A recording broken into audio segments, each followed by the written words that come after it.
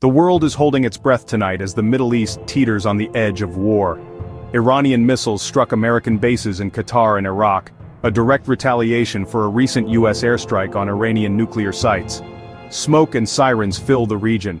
Qatar has closed its airspace, sending global markets and oil prices soaring. Both Washington and Tehran remain defiant, each blaming the other for escalation.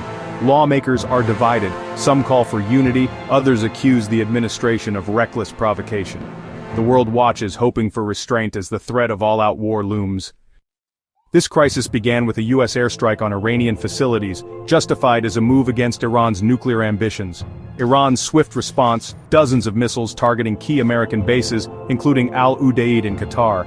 The attacks shattered years of uneasy standoffs and crossed red lines previous presidents avoided. The Pentagon is silent on casualties. Qatar urges de-escalation, grounding flights.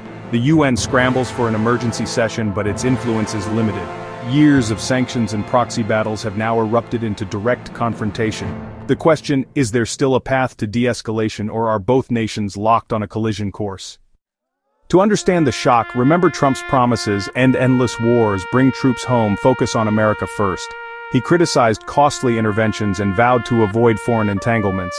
Now, in 2025, the same leader has ordered a direct strike on Iran, triggering retaliation and risking a new war. Instead of withdrawal, U.S. forces face greater danger. Supporters and critics alike ask, what changed? The contrast between past rhetoric and current action is stark. America's foreign policy doctrine is in question, as troops on the ground live with the consequences. Why the pivot from disengagement to confrontation?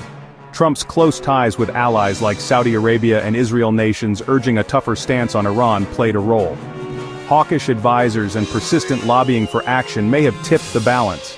The departure of cautious voices cleared the way for escalation. The result, a high-stakes gamble to reassert U.S. dominance, sidelining the promise to end endless wars. Powerful alliances and hardline ideologies now drive U.S. policy toward perilous confrontation. The fallout reaches home. Rising gas prices, economic strain, and billions diverted from domestic needs to war. Every dollar spent on conflict is a dollar not spent on infrastructure, healthcare, or education. The human cost is even greater. American service members and their families face new dangers and uncertainty. Young people see their futures clouded by war as national priorities shift. We must demand leadership that values peace and diplomacy over escalation.